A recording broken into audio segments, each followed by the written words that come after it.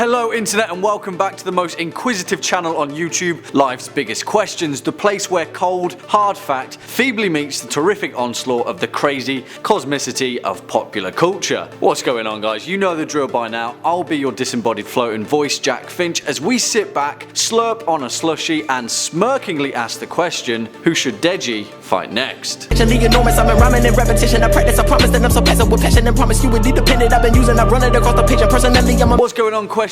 Before we jump on in, if you're a fan of this video in particular, or Life's Biggest Questions as a whole, why don't you go ahead and give it a great big thumbs up and share it on with your nearest and dearest. Also, so you can stay in the know, why don't you go ahead and hit that subscribe button conveniently floating below to make sure that you can stay updated with our latest and greatest uploads. Now, the fallout that has taken place after the willingly dubbed fight of the century, yeah, not that one, but the undercard bout that took place between Jake Paul and Deji Olatunji.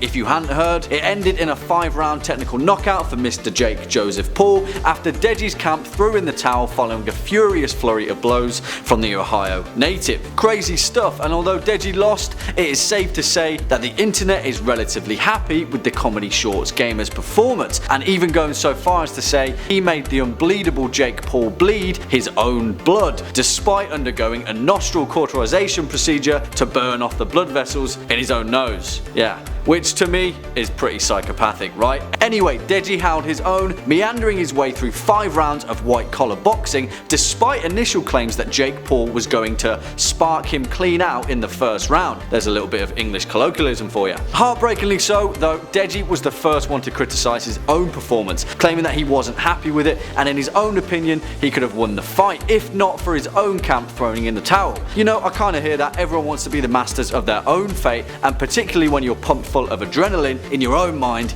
you're the champ. But Deji was surrounded by boxing professionals, qualified coaches who know when to call it, to make sure that Deji is safe, sound, happy, and fit to fight another day. And well, it looks like he's going to do exactly that. Later in his locking room interview with Radio Raheem, Deji went on to analyse his future career, so to speak, as an amateur boxer and his plans going forward despite the defeat. Because in one commentator's words, Jake Paul may have won the fight, but Deji won the internet. So who's next on the chopping block? Who will step into the ring with the colossal Peterborough-based Tank Titan? Well, according to Deji, there's quite a few people that he'd like to take a pop at. Seemingly, Deji's a fan of swiftly leaping straight back on the horse, and his first target would be none other than Jake Paul himself. Really, Deji? Are you really sure about that? Rarely has such a feat been accomplished in professional boxing history. Yeah, this is amateur, but take a hint, bud. In 1952, Rocky Marciano, the undefeated heavyweight champion between 1952 and 1956,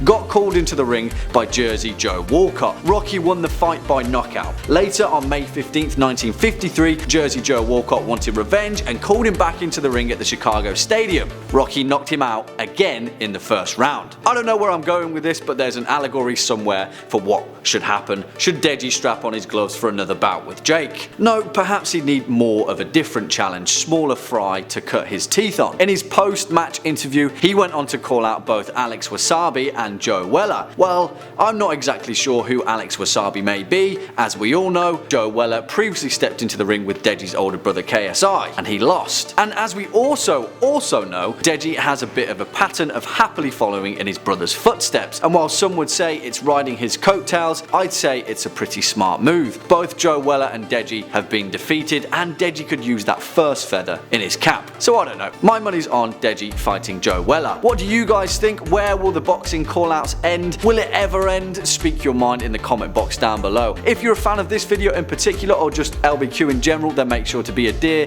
and hit that thumbs up. If you'd like to continue your questioning binge, then feel free to hit the playlist floating shortly above. As usual, I've been your host, Jack Finch. You've been watching Life's Biggest Questions, and until next time, you take it easy.